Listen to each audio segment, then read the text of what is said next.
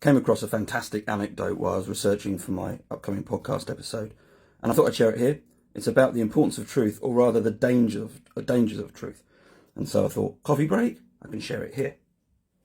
It involves a poet called Philoxenus. And Philoxenus was apparently a really important poet in ancient Greece, and also a tyrant.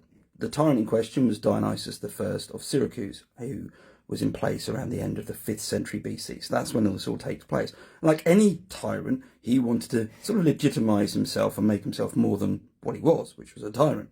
This was the case, and had been the case earlier on with Hieron, who'd been a tyrant of Syracuse. He embraced the arts, and Dionysius I decided that he wanted to do roughly the same. He wanted to be known as someone who was very cultured and, that kind of thing. So Philoxenus arrives at court. Dionysius is very, very keen to impress him.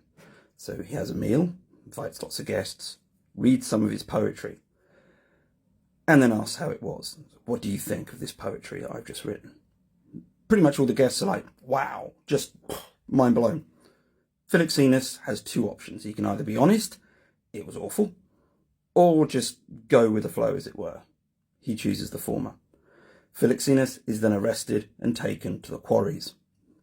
Now, of course, Philoxenus was a really, really popular poet, quite important, and he's got lots of friends at court.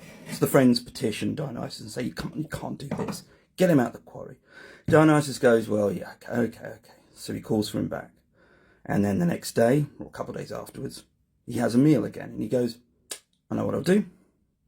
I'll perform my poetry, new poetry, or perhaps different poetry, and see what Philoxenus thought. I'll do that. Great idea. So he does the same. And in front of a bunch of guests, he performs his poetry, and then asks for the response. And as you might imagine, pretty much everyone else is, yeah, fantastic, wow, just incredible. Philoxenus' response didn't say a thing, said nothing. All he did was gesture to some of the servants there and ask to be taken back to the quarry. Yeah, the dangers of truth, or certainly being honest to a tyrant.